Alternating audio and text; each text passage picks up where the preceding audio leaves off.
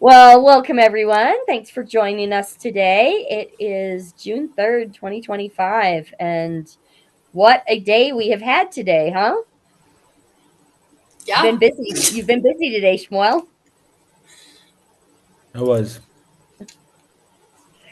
Anything particularly of note? I mean, I think everybody has heard the very unfortunate, sad news that came out of Colorado the past couple of days. We had an extreme tragedy happen. It's unspeakable. Um, I think that it's so important. Why are these things happening? When we look at Washington, D.C., when we look at what happened in Boulder, and there is an attitude in America, particularly, and I feel like the Jews have been dealing with this for centuries in Europe. This is what led up to the extreme persecution of superiority, or just an attitude of being able to, I don't know, foment hate. And it's not okay. And we're not okay, and we've got to stand up, and we've got to make a difference. So how are things happening in Israel today, Shmuel? So I'm actually now browsing through the source of news that I get. With a busy day, I wasn't following. And the last thing I did follow was that today we had the unfortunate memory of three fallen soldiers. Today, three funerals at the same day. It's something that we didn't have in a while now. So we still need to remember that the war is still on, the war is happening. And I think that the vast majority of the time we're going to dedicate today will be actually to do something that we don't do a lot of. And we're going to bring some optimism to this talk, and we're going to share some hopes. We're going to do it first. And then after Abby is going to leave us when she's going to say it's too much, I want to go to sleep. We will give you the bad updates or the negative or the regular updates. But I think we have a real privilege today, and I met today Abby twice. And in a very short essence, I would say that this is one of the biggest challenges that everyone here is facing: how to continue the love and support of Israel to the next generation. And regardless of what Abby is going to say right now, the even the attempt to dedicate time and energy and a lot of money as well to bring young people to Israel and share with them what we're experiencing and the reality in Israel is already a great attempt. So, with that, I will want to invite Abby. She has a familiar last name. No. To the Zoom, and we're going to do it um, both ways. It's going to be Kim and it's going to be me. Both of us are going to set some questions because I know Abby's mother. She didn't hear a lot of her while she was traveling in Israel. So I will start off by asking this question. It's been almost 2 weeks or so in Israel. And share with us the vibe you feel in the streets from people. It's your first time in Israel. So if you need to say, what's the feeling like in Israel? What do you feel in the streets? What do you feel the people are about? Just a spontaneous answer. What would you say? I would say the people, despite everything that is going on, despite the war, despite the constant attacks, there is still a joy in the land and in the people. Like everyone I talked to still was, everyone I talked to was so thankful that I was here. Like everywhere we went, everyone told us thank you, which was really something I didn't expect and didn't, I don't think could fully comprehend that being here was such a big deal. But a lot of just like joy and happy. And yes, there people are struggling, and yes, there's still heartache going on because they're still in the middle of a war. Like that's never a good time. But the people are still this word gets thrown around a lot, but resilient. There's a lot of people who are still standing strong, and there's still hope. So that's what I got. Okay, so that's the good introduction. I want to go back to the beginning. So, Abby, what brought you to Israel? Who did you came Um, with? What was the plan? well, what brought me to Israel is my mom. No, that was my first introduction to Israel, and just growing up, I always wanted to go to Israel. It's always been something um, that I wanted to do, and I always thought I'd go with my mom, actually. But that was not my first time. I had this opportunity with a company called Passages to go on it's a 9-day trip, and they bring you all around Israel. So I was in Jerusalem. I went down to Beersheba, went all the way up to the Golan Heights, Sea of Galilee area, and they just brought us to all these different places, and we got to I don't know. We did so much. There's like our days are so packed. I was exhausted, and so we tour all day long, and then we'd have a speaker, and then we could go to bed. So then we got up the next morning and went and toured some more. So it was a really cool opportunity for me to come, and then everyone left, and I had the opportunity to stay a little bit extra. So I got to stay a little bit extra and go to some places within Judea and Samaria. So I got to go down to Hebron, and then I also got to stay in the community of Karnei Shomron with some families for Shabbat and the holiday of Shavuot. And then after that, like today, I just got back from going to Shiloh. So, So you've been all around, but can you explain more about this group? What's the demographic? Who are the people? Where are yeah. they from? What's uniting them?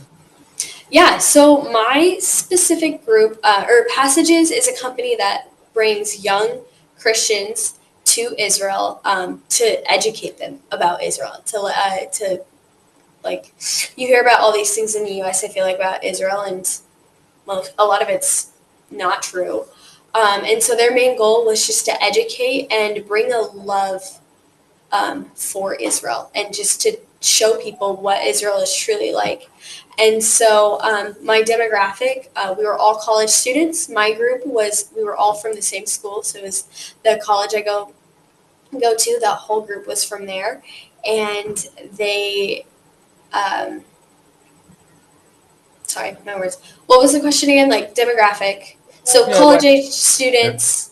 And yeah, like I said before, it's just a lot to educate and to show, just show the land and show the people and see what it's truly like. Because you can talk to someone all about Israel, but you never know what it's like until you truly go and experience it. Like, and it's an experience that's once in a lifetime, and yeah, irreplaceable. So share with us what was the reaction? What was the words in the bus or in your room after hours? What did people feel? How did people, experience this visit? Everyone loved it. Like that was the main thing, is there was so much love and joy and just excitement to see the Bible come to life. A great way we describe it is, you read the Bible, and if you've never been to Israel, it's you kind of read it and it's like black and white, not actually, but and then coming here, it like brings it to life. So brings it to color, and you get to see. We went to, I'm gonna mispronounce this, but it's the Valley of Elah, and it's where David fought Goliath. And we're all like, we went there, and all of us are like just sitting there in awe and complete, just like we read this story there, and just reading it and seeing, where this happened. It's such an amazing experience, and everyone loved it. Like I still am posting pictures, and I have people from my group like texting me being like, I wish I was back there. Like I wish I was still there. Um, all of us spoke as we're coming back to Israel. Like this is not us saying goodbye to Israel. We're gonna all, like everyone talked about wanting to come back. Definitely an eye opener, you would say. Did Yes. you did you had everything sugar coated for you, or you also were challenged with real questions, or I would say real assumptions that you get from distance, from America, watching TikTok or watching other news outlets. Like real question, like example, we are having a genocide, we are occupying territories, we're violent settlers, and all the big questions. Was it something that was on your mind? People were challenged? Um, like, did people come into the trip believing that? Is that what you're asking? No, I'm asking, did they refer to this question? Did they try to attack and answer big questions, or even allowing you to bring those questions in mind? Like, I heard this, I heard that, I saw this video. Challenge this. Oh yeah, definitely. They were totally inviting of questions, and they're like, please, like, constantly ask this, like, ask questions. So we did, like, when we went down to the Gaza envelope, we talked to a Nova Festival survivor. So somebody who was in the terrible event of October 7th, and she told us the real and the raw of what had happened. Oof. And her, like, the things she's describing, we cannot, like, I can't comprehend fully what she went through, and it was awful and gut-wrenching and terrible. And so going to the Gaza envelope and seeing that happen um, brought up a lot of questions. And we had these debrief groups at the end of every day, and questions were brought up there to, like, some of our leaders and our tour guide. Our tour guide was loved answering. We had an amazing tour guide who, she's like, ask any question. And people did ask hard questions about Gaza and just the events that are happening, and they were more than happy to answer those questions and gave truth and were honest. Like, yeah, there's some mistakes that have been made, but also what we've learned, a lot that's being told in the main media in the U.S. is not true. We had the survivor that we talked to, Rafaela is her name. Uh, she told us she was originally from Brazil and made Aliyah about, like, 4 years ago. And she said in Brazil, even her own government is spreading lies. Like, they said, they made an announcement that 12 million kids had been killed in Gaza. And she's like, there's not even 12 million kids that live there, or people that live there.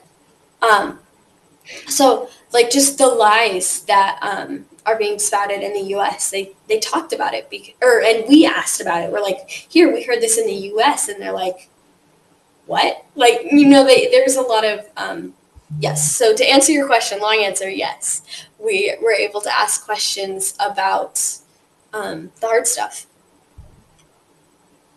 Kim, you have any questions?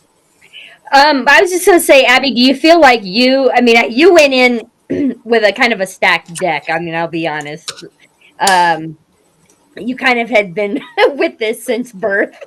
I was You were born into indoctrinated. it. But you're saying, what kind of a sense did you get from the other kids on the kids? They're all college kids. They're all, young We're adults. kids. On the trip, do you think that they went home with a different view of Israel than they came with? And for you, do you feel like you're coming home with a different view than Israel? So Um, talk for them and talk for you. Like it's kind of a joint question. Just because I'm curious, like how vitally important it is to bring these young adults to Israel at this very impressionable age. oh yeah. We all came home. Like, I will speak for myself. I didn't think I knew everything about Israel, because you can't. But I mean, for me personally, I came home with a weight, and it not way different, and like it's drastic, and I thought, like, per se different things, but you're just view. It puts into perspective the people, and it shows you the hard work that it is to live in Israel. It's not easy.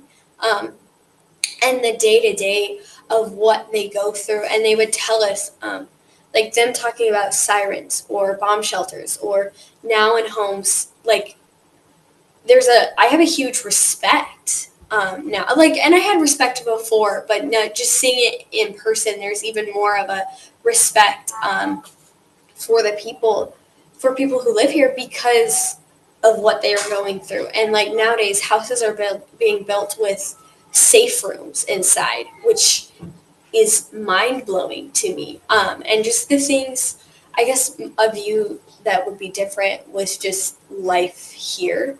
Like we have life in the U.S. is very safe, and it's very safe here. I have felt very safe this entire trip, but it's just crazy some of the things like, oh, they get a warning that a siren may go off in their area, and it's like that's just normal, and they just if the siren goes off, they go to the shelter for 10 minutes, and then after that, you go back to life. And there's just a new, I think, respect, at least for me, for the people and just the hard work that people put in to live here is amazing. And I would say the people on the trip, just a new love for the land. Like that's definitely something. Is there's just a love for the land, and um, just the want to keep this land. Like this is biblical Israel. This is important. This is a huge part of our history. This is a huge part of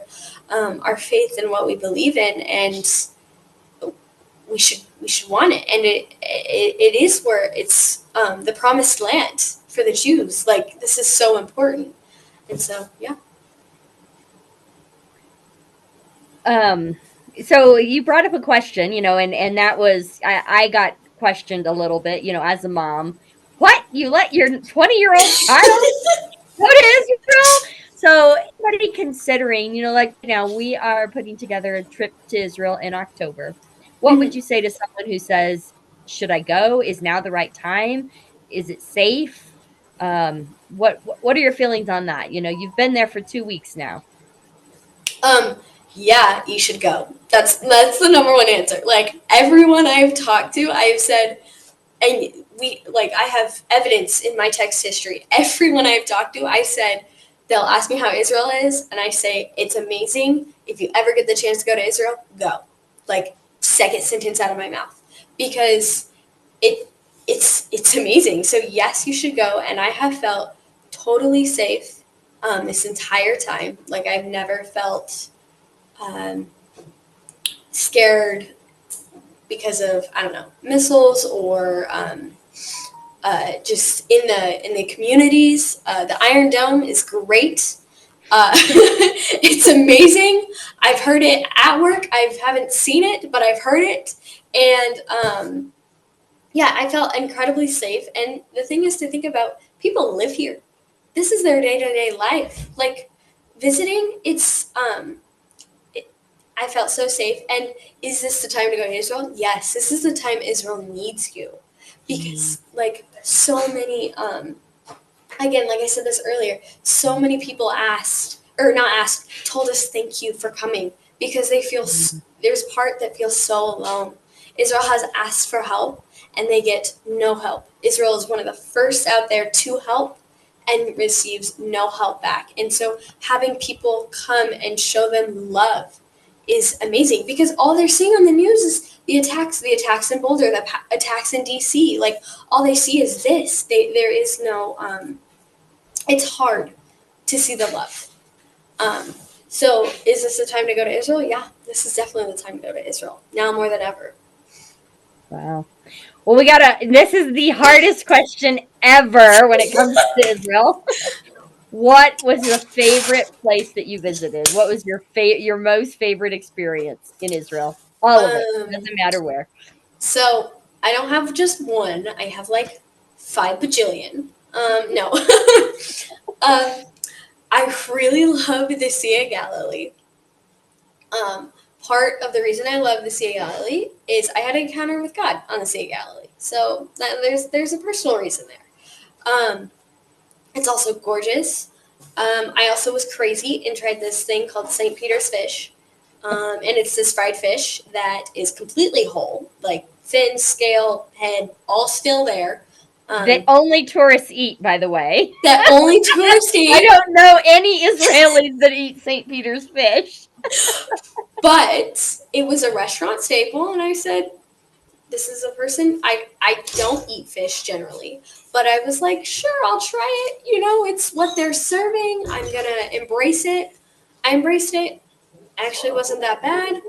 It took mental was a lot to think about first. You couldn't think about it, but anyways, Sea of Galilee, ton of fun.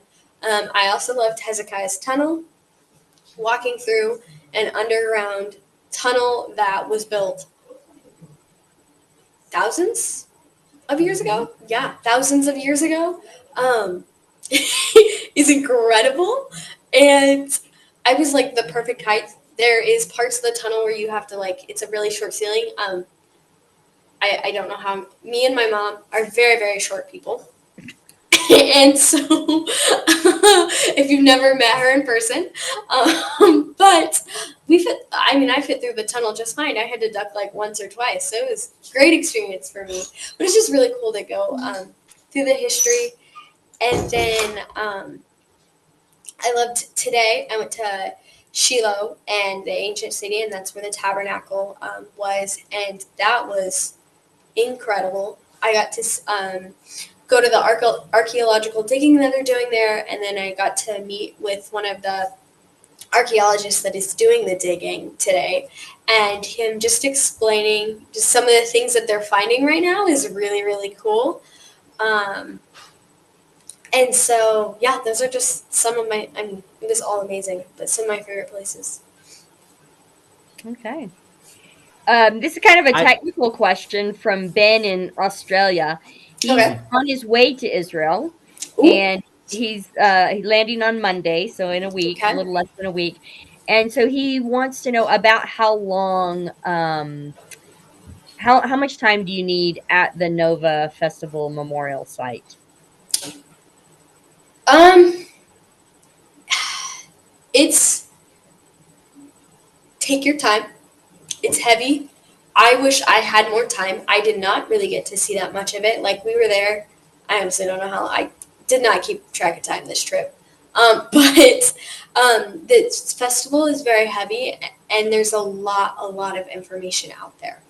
Um, and there's all the memorials for all the people that died there, and I didn't even get to look at many of them. I looked at maybe 5 or 10 before we had to go, and there's so many more, and there's so many stories there to tell.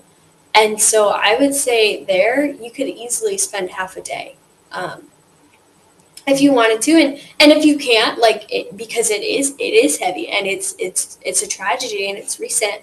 Um, don't, but I would say don't rush it. Take your time, because it's important that we know, because there are going to be people in the future that are going to try to deny it, and it truly, I mean, they already do. There's already people that say that, oh, it barely happened or whatever. No, it happens, and it's real, and it's recent, and it's important that we know, because we can't let these things repeat. So yeah, it depends, but it could easily take a half a day just to read everything, and yeah, to take it in.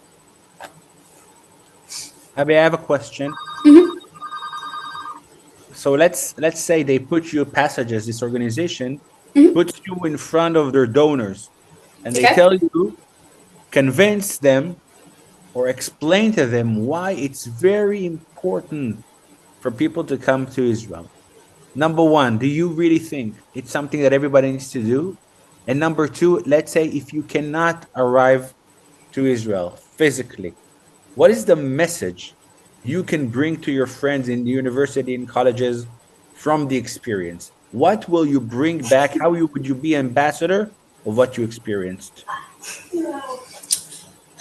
Um, what was the first question? It was, sorry, my brain is like so How tired right now. important it is for everybody to come and join this?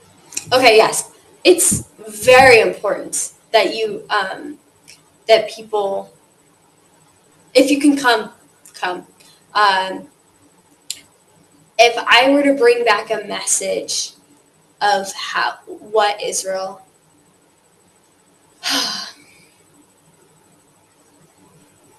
I would say that Israel is, first of all, an amazing place. I know I've said that a lot, but it's an amazing place where there is a community of people that are truly there for one another, that support one another, and that love where they are at and know that this is their homeland and this is where God has called them to be. And there's such a passion for that that you can see in the Israeli people and the Jewish people of just their love for their homeland. And you can see, like, just going to the sites and seeing the places of the Bible, it puts it in a perspective that just leaves you in awe. That's kind of a lot of what I had experiences that just in I don't have a lot of words yet, even for my trip. Like it's gonna take me some time to reflect, but it's just I just have an awe, and it makes me love God so much more. And um, I don't know. Yeah, there's an awe and a respect that I hope people would want people to get from Israel, if that makes sense. If that answers your question. It does, and I also would say that I think this kind of visit, it's something that takes time to sink. And we are like catching you here the day you just came a couple of hours ago from a visit. It takes time to really reflect on it and make it sink and really make an impact on you. I would say, Kim, that I told your daughter that after traveling to Israel, which is probably, I would say, one of the challenging touristing areas in the world. Now she's ready and open to challenge the world and go anywhere else. Anywhere else would be more secure, more easy, more just relaxed and chilled. So be prepared for much more of that. She is a world traveler for sure. You know, Abby, I would love for you to share just a little bit of, maybe touch a little bit more on how much the Bible came alive for you. Like, what are if there's anything you could share on, something that God spoke to you or just something that really came alive for you that you believed or, it wasn't, I don't know. Is there something that really touched you spiritually while you've been in Israel? I would say I'll talk about my Sea of Galilee experience. Okay. So we're on the sea on a boat, which is really nice. The Sea of Galilee is technically, fun fact, a lake by definition. It's not a sea; it's Oh, you freshwater. you thought it's gonna be a sea, like open No, sea. It's on the no, map. I didn't. It's just a tiny. We have one in the back of our yard. Yes, it's a lake. It is. You No, can I didn't swim think. across. It's true. No, no, you're forgetting. Like, I mean, I didn't think it was like this big sea or anything, but I don't know. I just think it's really It's funny that smaller than expected. Right. it's a lake. Like we have those in Colorado. What is True. True. you know? But we're just out on the sea, and we talked about a few things while we were out there, and we talked about Jesus walking on water, which is way cool just to even imagine. Like, put that in, like, you know. I mean, even talking about, like, it's a lake to me. Like, I couldn't picture a lake. Um, and so just seeing that, it's like, whoa, like he, I don't know, he walked on that water. But the other one was Jesus calms the storm. And when we went to the Sea of Galilee, super, super calm. And so what I experienced there was, I don't know, a complete and utter peace. And just peace about everything. Like, it was a complete and utter peace. And it was not that my life is super stormy right now, but there was just, I have no other words except for peace. And it was just, I inhaled and just felt God. and just was there. And we were on the water, but I didn't feel like I was moving. And the boat was moving. Like, it wasn't like we were still on the boat. Like, the boat was moving at that time. And just God is there, and God is with you. And so that's kind of just one place for me is like on that. I mean, the Sea of Galilee is where the disciples were on the boat, and there was a storm, and Jesus was off on his cushion asleep, and the disciples are like, "What is going on?" And they're freaking out, and then they go to God, and God's like, "Guys," or Jesus is like, "Guys, calm down," like, and so and he calms the storm, and so I don't know. It was there. There was a lot of like peace there. And then I got going to what was the other one? That was really, Capernaum. That one was really cool. I went to Capernaum, and just seeing the old cities. It was and walking from the synagogue. It talks about it in Mark. Like Jesus walked from the synagogue and went to Andrew's, like my brain's like Peter's house. Peter's house. And it's Mark it mentions immediately. That's Mark's favorite word, immediately. But and like that, you read that and it's like, whatever. But to walk from what a synagogue that the synagogues that is at Capernaum is not the one that was around Jesus' time, but they say underneath is probably the one that's around it. And then to a house that was possibly Peter's. It was so fast. Like it's like Israel is so much smaller than you think. That's another thing. It is so much smaller than you think. And like some of these stories, I imagine these like long walks, and then they're like, this event happened here and this event happened here, and I'm like, I just walked like 20, more than 20 feet, but like 20 feet. It felt like this is. I thought there was so much more space, and I don't know. And so it's just cool to see, like, and imagine just people even of the time just walking through and living during these times. And so that was, I would say, put more of the Bible into color is just put an image into what is around the surrounding area, what it kind of looks like. There's some areas that are kind of like tropical that I was like, oh, I imagine this as complete desert, and it's not. Or I don't know, just different things like that. What did you think about? Because we went to you went to Kafar Zion, and we haven't had a chance to talk. So, what did you think of Oh, Kafar Zion?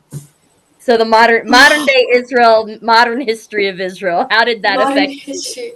Um, well, coming to Israel made me understand the history of Israel more. Like, um, my mom will explain the history of Israel, and well, before I came here, I sort of understood it, and I knew that the land had gone through some changes, but I didn't really get it.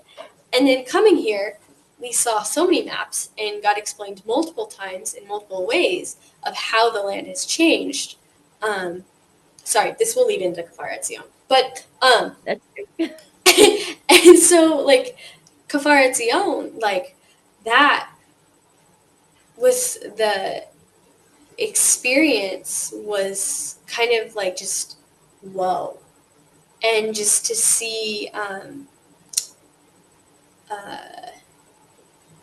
the the video that was shown just made it so much more relatable, and it was in recent times, um, and that experience was very touching and gave it that it's not so far in like it was pretty recent for Israel history, at least, like it was something very relatable, and just to see the people's families uh, fight for their land and fight for what they believe in was so touching, and so um, just kind of wraps into the picture of how hard sometimes people have to work to live here.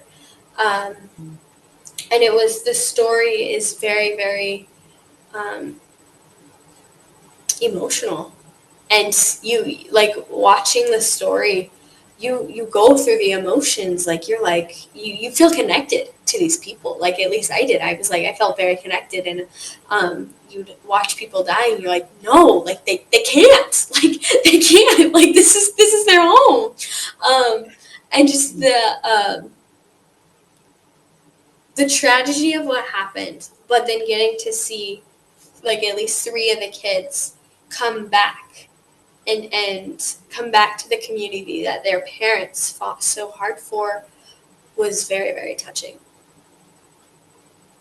Yeah. So, yeah. I must add 2 points to this conversation. Number one, it's refreshing to hear all this from somebody who came for the first time in Israel. So it's always great to hear. But I want to say something else. I think, Abby, I think you're undermining how much you were brainwashed throughout the years to love Israel. You remember where you came from a household that basically it's your mother passion, work, and life mission. Yep. So even if you would stay in Colorado, you had no chances. Now, after having this trip of a lifetime, you're doomed for life to love Israel. I Oh, want yeah. I want you to share with us, and that's I think it's a rare privilege. The opportunities you had to know people, to connect with people in your trip that asked you about, send you regards from your mother, and we know your mother, and about this and about that. I think it's a great experience to be in, right? Yeah. Throughout this entire trip, there was, I was a little connected to Israel. We had one of the speakers come in. It was the first speaker of our group, or of, like, our whole trip. And she ends her talk and she goes, I have two things to say before I leave. And what goes to my mom had texted her beforehand and said, hey, my daughter's on this trip. You know, you might see her. And so uh, she has two things to say. And I was like, okay, is she going to mention, like, there's no way she's going to mention my mom. Like, that's not what these two things are. Number one, I don't remember what she says for number one. She says something. But number two, I do remember, because she goes, is anyone have the last name Trout here? And I'm like, I raise my hand and I say, yes, that's me. And she goes, I know your mom. I work with your mom. She does great work. And then she says, thank you, and just kind of ends her talk. And so, like, it was cool to meet her and just talk with her a little bit afterwards about just the work that she does. And that was just one story. And then after everyone from my group had left, I had the opportunity to stay in Jerusalem with a family, and I got to see a little bit more of Jerusalem. And I also got to go to, like, a gala in Gush Etzion, and just see. The gala is for I can't think of what it's called. It's for The soldiers. yeshiva? Yeah, the Shiva. Thank you. Um, With the and building, right, at the yeshiva? the gala was to, like, for the soldiers. Well, it was actually kind of an alumni, like, bring everyone together. It was to raise money, kind of a fundraiser, but also like, I think it's a yearly thing they do, um, Uh, and to raise money for this building. And so it was a fundraiser type night as well. And so um, anyway, so just to meet and see all the people there and the love they had for, like, the soldiers was really cool. Um, and so from there, and then I also had the opportunity to come to Carnation Roan and spend my time with two different families of fellow people that also work at Sea of Galilee. And I just got to experience a true Shabbat with an Orthodox family, and then the holiday of Shavuot, which was really, really cool and really, really unique. I know, and I'm so grateful for the opportunities, because it was something that I never never had experienced before, obviously, and again, a once in a lifetime opportunity. And just during those times, I got to connect with the families and spend time with the kids and talk to just the adults as well about traditions and laws and why why do we do this, why do we do that, and just ask those questions that if you don't know anyone or don't spend time with anyone, you can't ask. So yeah, that's kind of some of the experiences. Yeah, you never really truly experienced Shabbat unless you're in Israel. That's Yeah. I know that they have Shabbat in America, but it's just not the same because No. in Israel, especially being in an Orthodox community and being with an Orthodox family, and I can say Abby was truly Shabbat Shomer Shabbat. She was definitely Shabbat observant. She turned her phone off. No, she did good. Um, and I've never got to spend Shavuot in Israel, so I hear the cheesecake is amazing.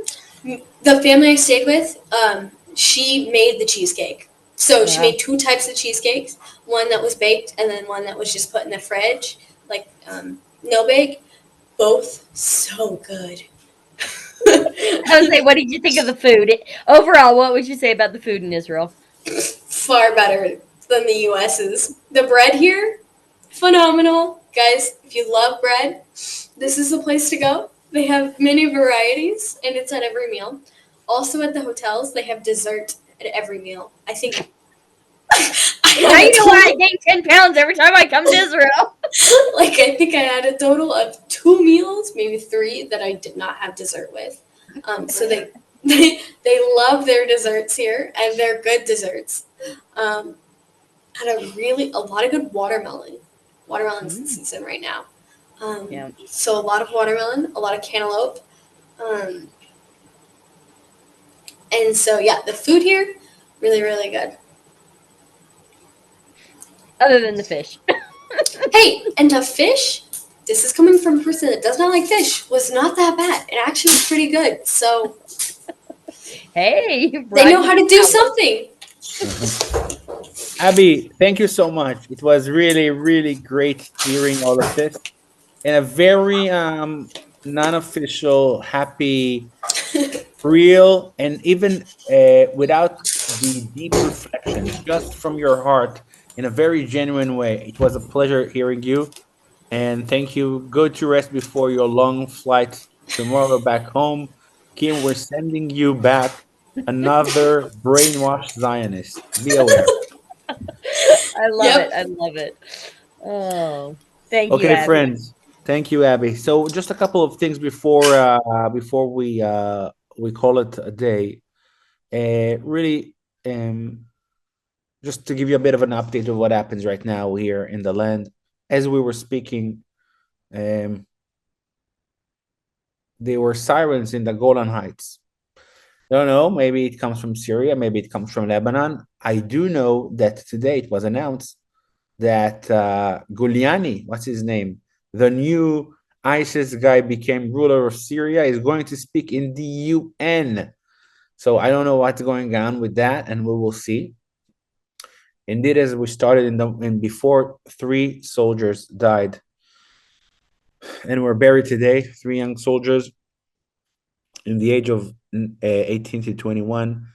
Um, Again, you cannot get used to it. It's still devastating, and comes after the shocking news that Kim started with. And it's actually, I don't know how is it in the US right now, Kim, but the Boulder attack is still on the news, like big time.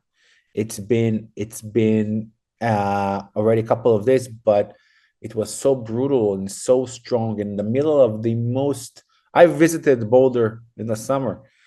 It was a symbol of pluralistic, progressive openness, and there you go, just a march of support in the hostages ends up with injured people, and somebody from your region came I know. I know.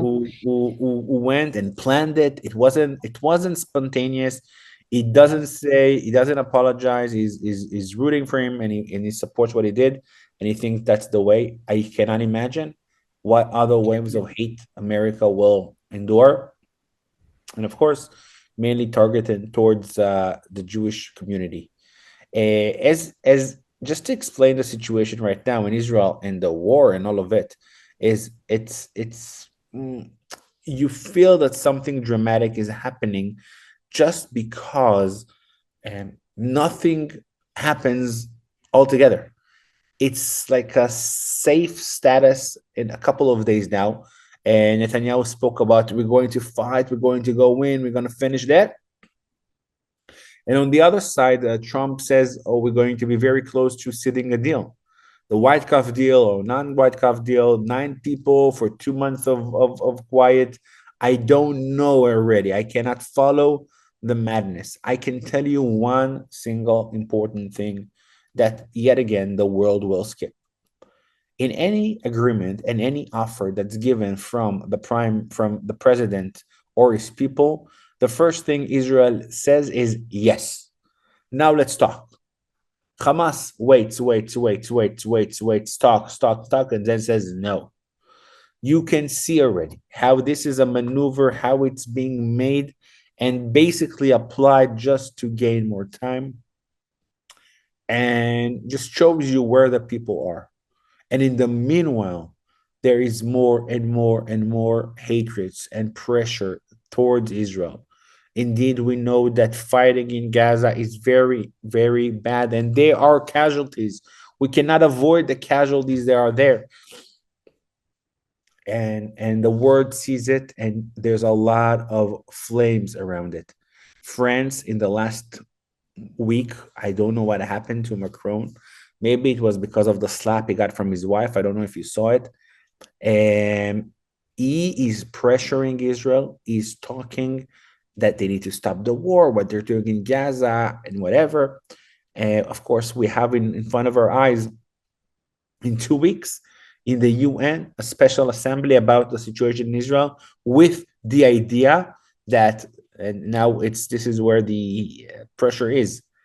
Some countries talk about having a one-sided declarations of a Palestinian state with everything it means. As much as I read it, the two leading parties here is Britain and France, and they're working on it together. There you go. You can see friendship between French and England when it's against Israel. And I understand that the big pressure on them is not to go and declare such a thing, even if it will be declared, I don't know how much it says about us. But anyway, it's a crucial element, and I think that the people of Israel and in the places, they're trying to do the best to stop it and to stop the attempt. And the pressure is strong. I'm sharing here a photo. Let me see if I can share it here. And now, not in docs. Where's the messages or chat? Here, you can see it in a very clear way. Just a second.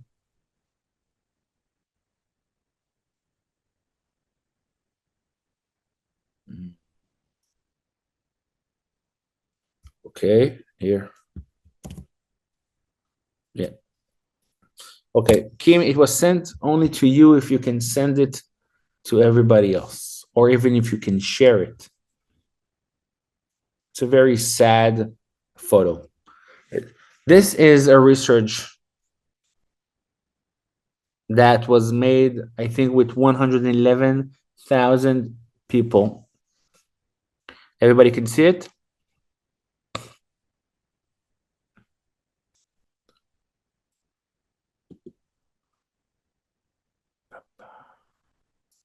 Can you see the message?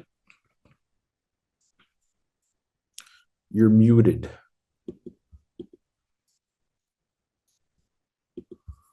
Okay, I don't know why I can't send it to everybody, but I hope she will be able to do it. I'll send it out to everybody, and I'll show it. I'll put it up on the screen too. Go ahead.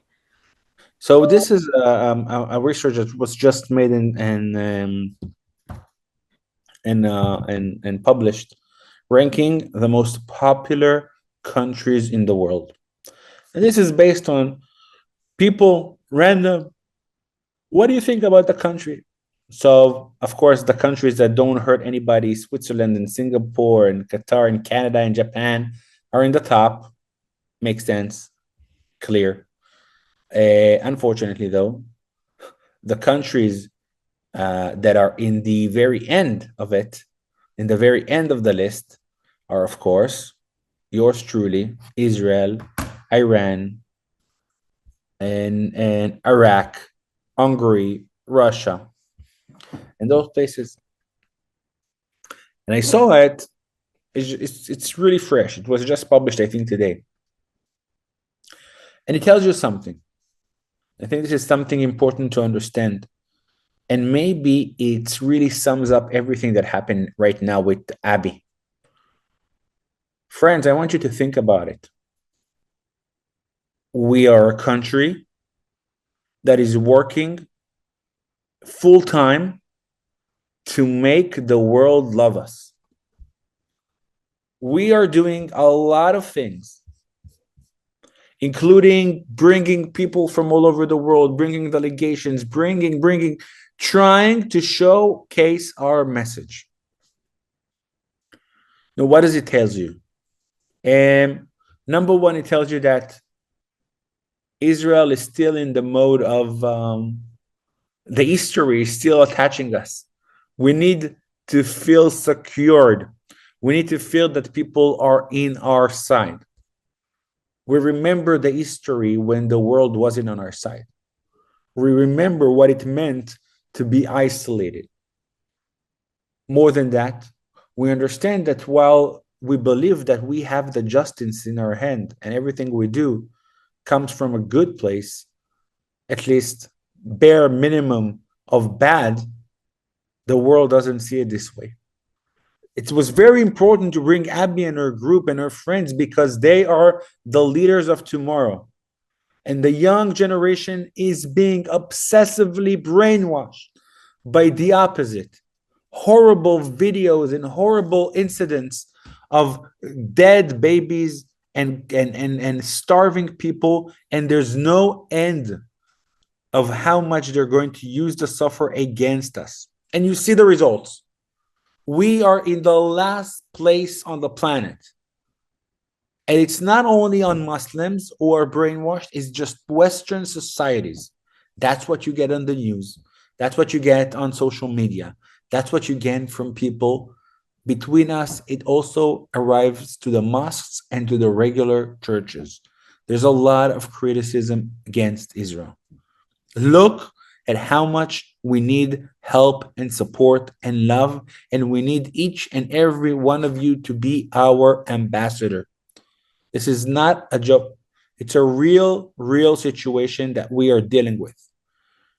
As we are talking to you right now, I'm talking to you and I'm getting this because you see there's still alerts and missiles towards Israel. Ben, I know you're coming.